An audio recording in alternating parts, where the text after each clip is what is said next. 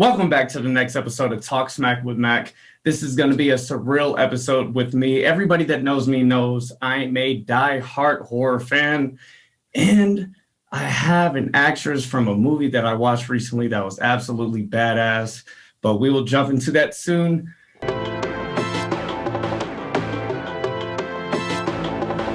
you ready? Let's talk smack.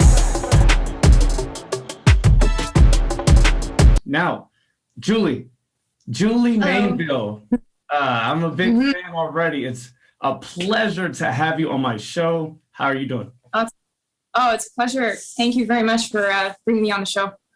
Oh, man, you are very, very welcome, and thank you again. We're in a movie that I watched recently, Butchers. You know, I've been putting it out on my Instagram and Facebook and been telling my friends about it because I love the movie so much. Awesome. I found it on accident. I'm a horror fan, so I just watch random horror movies. And I looked at it and I was like, this looks like some shit that I would watch.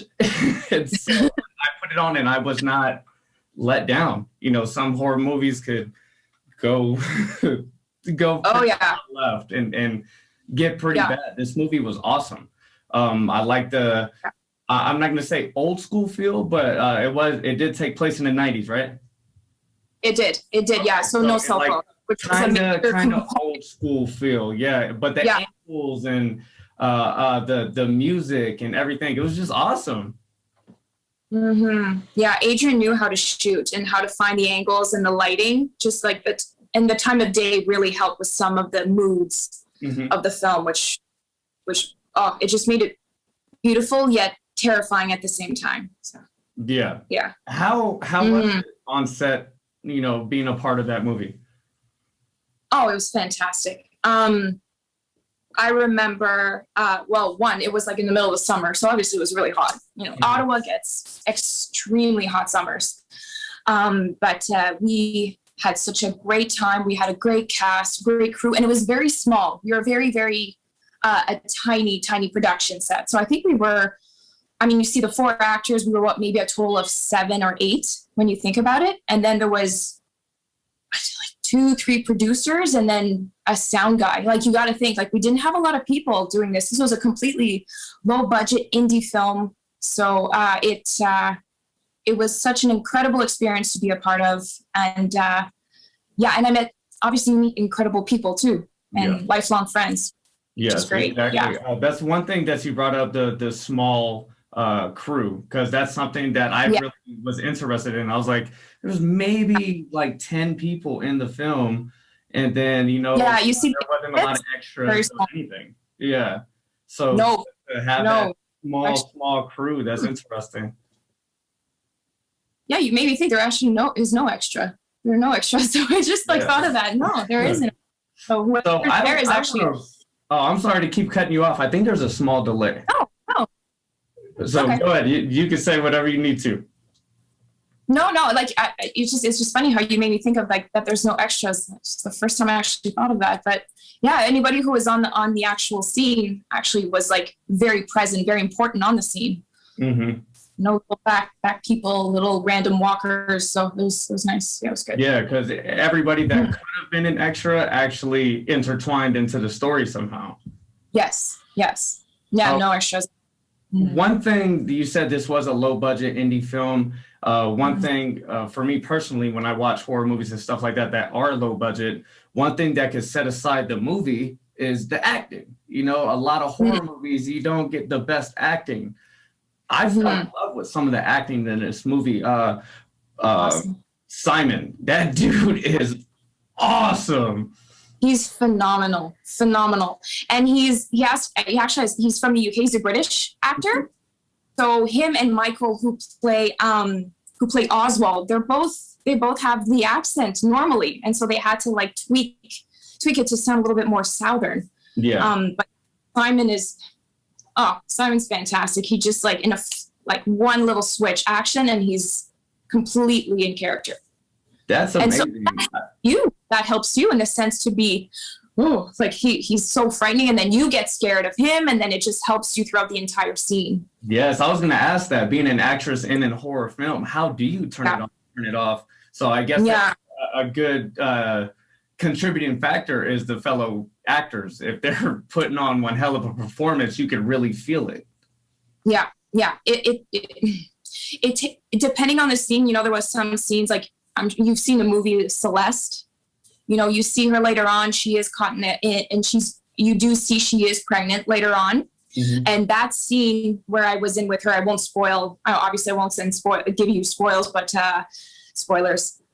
That one scene was very difficult. It took me a few days to really decompress from it because it was quite a horrible scene. Yeah, for sure. I kind of want to give spoilers, but I won't. The scene is. Writers were on that one on first semester. Oh, yeah. You could kind of see where it was going though, but the way it carried out was awesome.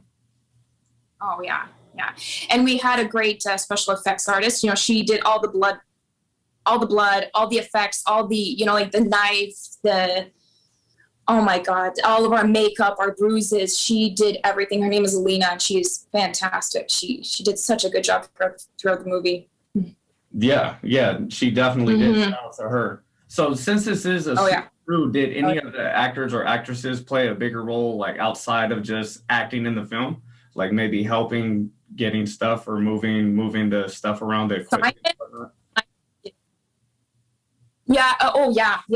Simon. I remember he was helping out a lot. We were trying to create like a more of a smoky look sometimes. So we had this like the thing that would create smoke. I don't know what it's called really, but oh my God, we were on that thing forever, just trying to create smoke, trying to create some ambiance throughout the film. He was on there with a fan, just trying to disperse that. And he is, if I'm not mistaken, he's a producer as well, so he helped out. Oh, so he had that kind of that idea, the bigger picture in his head. He had some input, yeah. But the writer, Adrian, and Weissenberger, I think that's his other name, Daniel Weissenberger. I think that's the other writer. They both wrote the script. Yeah. So how long have you been acting for?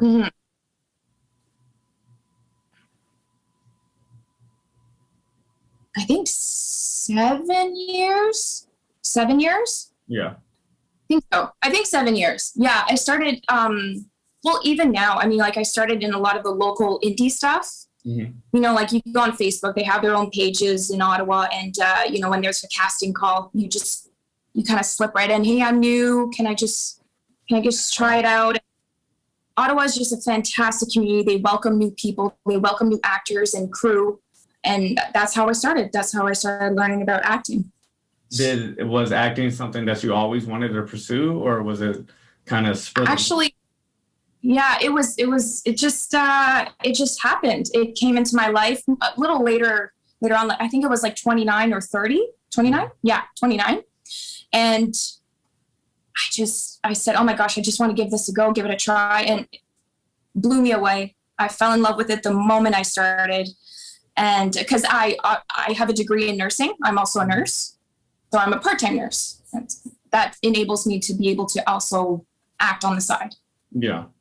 Well, that's pretty exciting. What was the first film that you either tried out? Oh my God. It was an indie project. It was like a 72-hour challenge. I think it was called Press Start for Player 2. That was my first little thing that I did. And that was so long ago. All in it? Yeah, decently enough. Yeah. It was a short film. It was a little short film. Oh, okay. I think it was like 7 minutes long. I can't remember.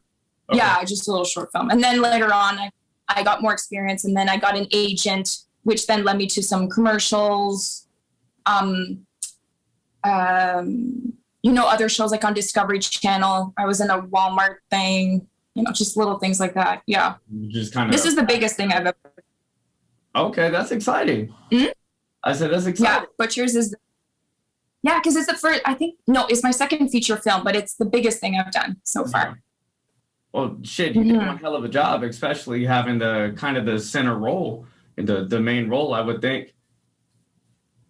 Yeah, well, and you know, then going back to this film, I like the ending too. I was a fan of how it ended. I'm not going to spoil anything, but No, I know. We actually, if it's on the DVD, that we actually shot 3 different endings, if I'm not mistaken. And that one just so happened to be the... That's the one that they chose. Yeah. Yeah. I mean, like, I can tell you off this there, but yeah, the other ones are completely different. But I definitely want to hear them then as soon as we're done. Yeah. Pretty exciting. So yeah, I know a lot of people trying to get started in the acting game can be kind of discouraging at times, not really finding a role or putting in a lot of auditions, just not having anything swing back their way. Is there any advice that you would give to those people? Mm-hmm. Keep at it. Don't give up. I mean, like, everybody goes through the same thing. You get 1,000 no's for 1 yes, especially in this industry. The entertainment industry is tough and it's harsh. And like everybody else, you'll go into an audition and you'll see people that look so similar to you. Mm-hmm. You just have to stand out. You have to, what is it that they're looking for, and be what they're looking for. That's really, that's what's really important. And don't focus on everybody else. Focus on what you do best and be that person that they need, be that person that they want and they're looking for. That's, just believe it and then go in there, do your thing and get out and let it go. That's it. That's all you can do. Yeah, that's all you can do. And so, every famous actor will say the same thing. We'll say the same thing. So even the small actors such as myself, like we go through all the time. Like I said, 1,000 no's for 1 yes. And that 1 yes just can change anything. Mm-hmm. Just keep going. Keep going. Keep pushing through and face through the adversity. How many auditions do you normally do? Let's say on like a monthly basis. How many Well, let's say pre-COVID. Oh yeah, I can only imagine how much COVID is hurting everybody, especially in the entertainment industry. Yeah, we're only into stage 1 of reopening, so it's still not much going on. Yeah, it's pretty rough. Pre-COVID, what I would get, it depends. It depends on the month. It depends on the season, because you have low and highs, right? Probably I'd say like 4, and then sometimes you would get like video auditions, which you could do from home, which helps a lot, and that's going to be quite predominant with COVID. That's a big thing, because I would drive 4 or 5 hours to go to Toronto for a small audition. You would get in there, do your thing for 15 seconds. I drive all the way back to Ottawa for another 5 hours in one day. I guess it just comes down to how bad do you want it? How much work are you willing to put in? How many no's are you willing to accept before you're going to say, hey, I'm unstoppable and I'm going to achieve this dream of mine? Yeah. You have to put in the time. Do you want it that bad? If you do, you have to hustle for it. That's what it is. Yeah. 10,000 hours. Yeah. Right? That's right. That's what it is. Yeah, it can get really tough. It can get really tough because there's millions of actors out there. There's millions of podcasters out there. A bunch of people talking about sports, a bunch of people like me. And how do you stand out? That's tough. Yeah. How do you stand out? That's it. By just doing what you do and letting your. I'm sorry? I said, how do you stand out when you're going to an audition? Is there something that you kind of? I honestly go in there with a smile. I act confident when I'm like shaking like a leaf, but it gets better over time. You don't get as nervous. Yeah. I remember the first time before was I ever nervous, but you get better at it. You get more confident. You go in there, you smile, you say you're ready, and you have to be ready. That's what stands out to them. You're ready, you're confident, and you treat them with respect. That's what stands out, really. Just like I said, be what they're looking for. That's what stands out. Mm-hmm. Okay. Well, I'm gonna switch it up a little bit. We've been talking about movies and acting in your career. Another, I'm assuming, love of yours, which I love to talk about, Jujutsu. Yeah.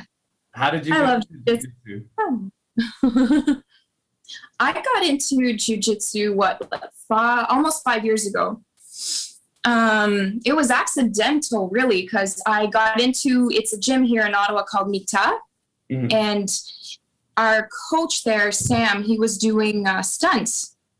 So, and one of the things that I was doing, I was trying to learn a bit more about stunt training, which would help obviously with acting.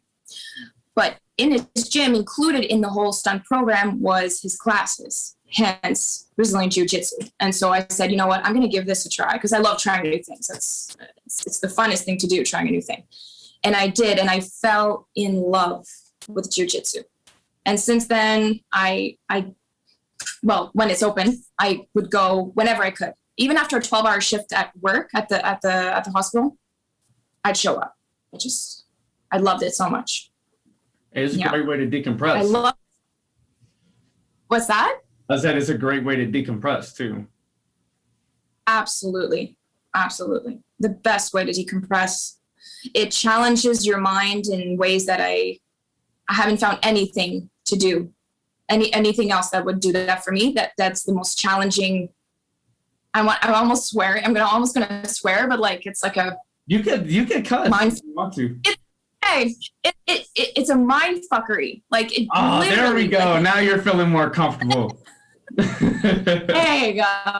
Yeah, like it's a cluster fuck of things in your mind. You know, you're rolling with someone and they're so much stronger. Yet with just a bit of technique, you could be 60 pounds lighter and you catch them in a way that they can't get out. I find that just phenomenal. It just makes me feel so good for a tiny person like me. So it's great. Yes. That's a perfect point that you made. Oh, 1 second. I have internet issues. Oh.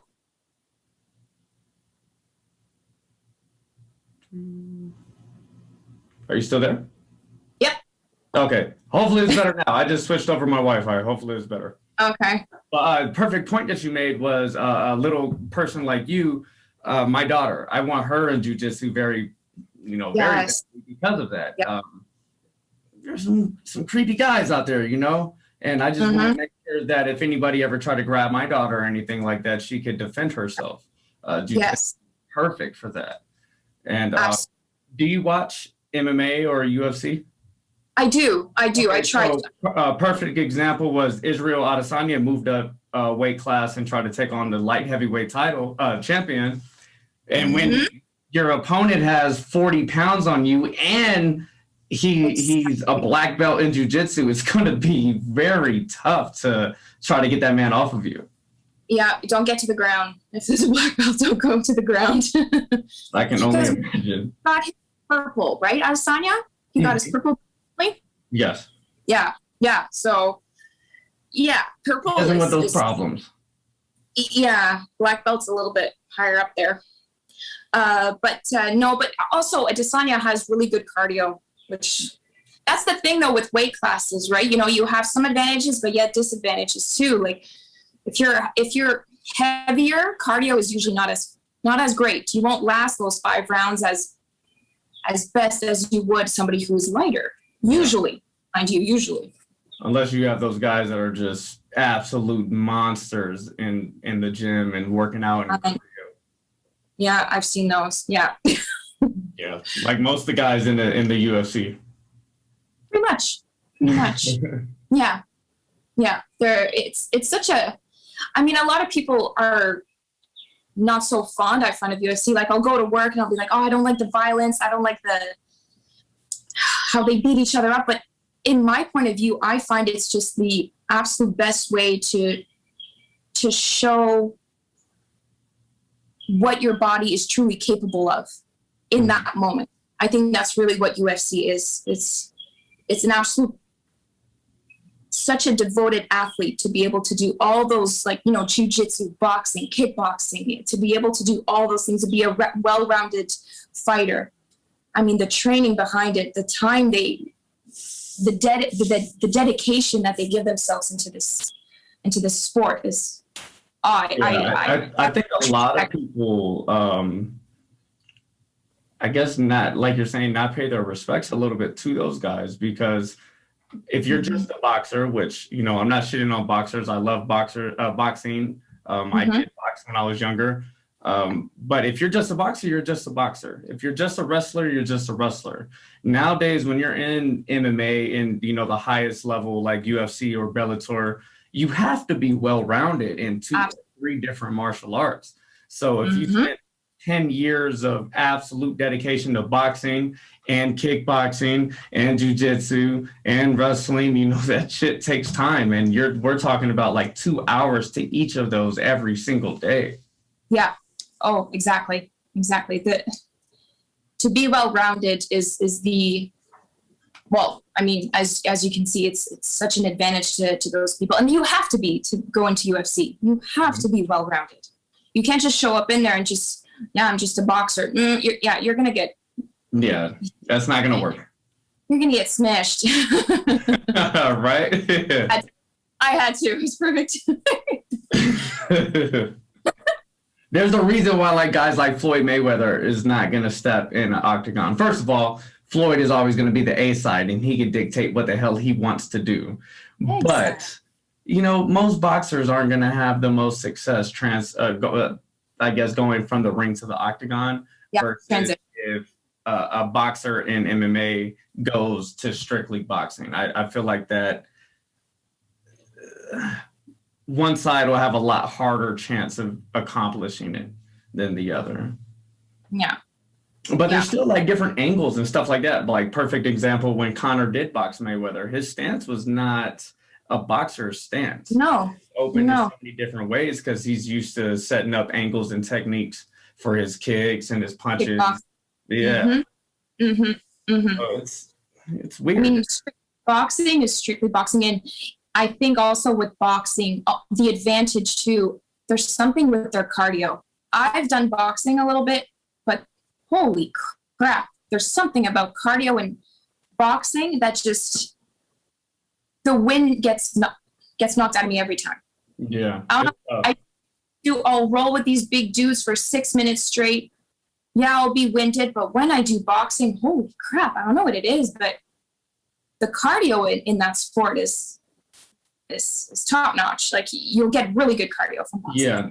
Do you think it's because your body is more like geared like a jujitsu body, if you will? So if you tried boxing, it's a lot harder versus if a boxer tried jujitsu? Yeah, well, I find in jujitsu, you know, you can pace it. Yeah.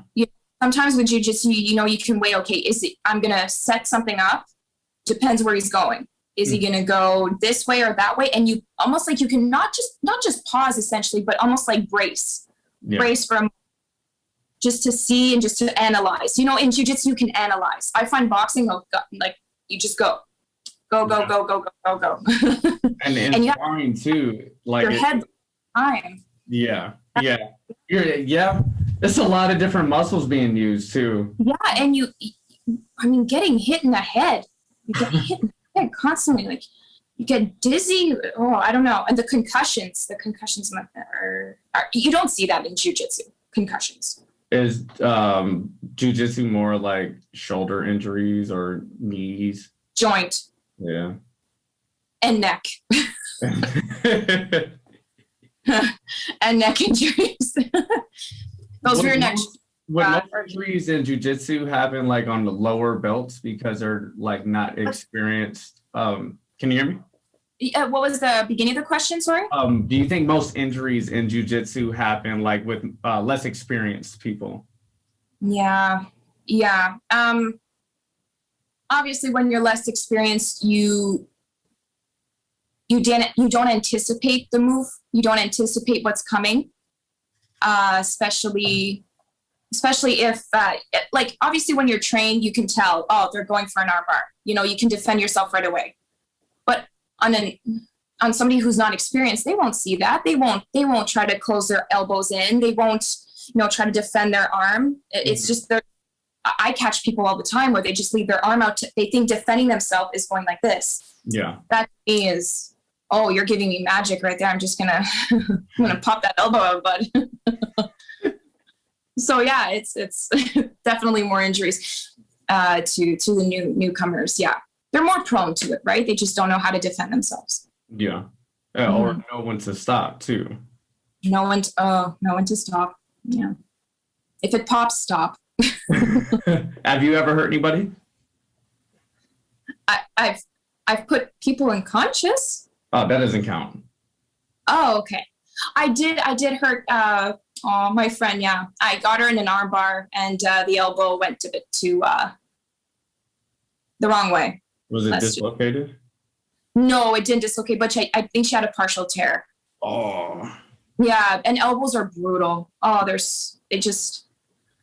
not forgiving. They really aren't. But otherwise, no. I mean, like, I've some of my friends have passed out. Like, I got one of my friends, I got him in a good triangle, and he thought he could beat the timer. Mm-hmm. Yeah, he could beat the timer. I feel like going unconscious is kind of like a one-up. Like, hey, man, I got you today. Yeah, I still bug him to this day about it. Shit talking rights forever. Oh, of course. We joke around all the time. Yeah, it's good. And I think the one time it was just for a test. It was a test for a blue belt. And I had my friend in a bow and arrow, and he had to defend himself. Yeah, he didn't defend himself quick enough. And all of a sudden I just hear a gurgle, and I'm like, oh, shit. That was during a test too. So was that like a thumbs up, or was like, eh? Oh no, he was good. He laughed about it. He's like, okay, now I'll know what to do. I hope so. Oh man, that's exciting. Now I've wanted to do jujitsu. I haven't been able to get in there yet. I want to do it, and you're definitely selling right now. You should. It's incredible for your mind. Your body will be hurt, but it's amazing how you get impressed at what your body is able to do when you learn jujitsu, and how quickly you learn it too. It's really, like I said, it's a mind fuckery. It's amazing what it does to you. Yeah. All right, well, you're selling. I'm definitely gonna do it. Just it gives you so much confidence, like when you do jujitsu. It really does. And you meet the most incredible people, and they help you, and you help them. And I can't say anything bad about jujitsu. I love it. I really do. I can't wait to start it up again, because I'm going crazy here. How long have you been on lockdown for? What's it been? So we're in the third. Yeah. We're in the third lockdown here in our province of Ontario. Yeah. So we went back into the third lockdown. I think it was end of April. And we're only in stage 1. And they want, I think, like good 21 days in between. So gyms can only open in stage 3. Oh, that's horrible. Fortunate, in Las Vegas, the gyms were closed for like 2 months or something like that. That's it? Yeah. Oh, God. I would have been going crazy. Oh. Yeah. And, the gyms are suffering too. So that's what's really terrible. Gyms are really suffering. Mm-hmm. Well, 40. When did you guys go into stage 1? How long ago? Last week. Oh, so you got like 35 more days to go. More. Because it's 21, it's 21 per stage. So in 21 days from last Friday, 24, 21, then it's stage 2, then add another 3 weeks, and then stage 3. And even then, when we open stage 3, we don't even know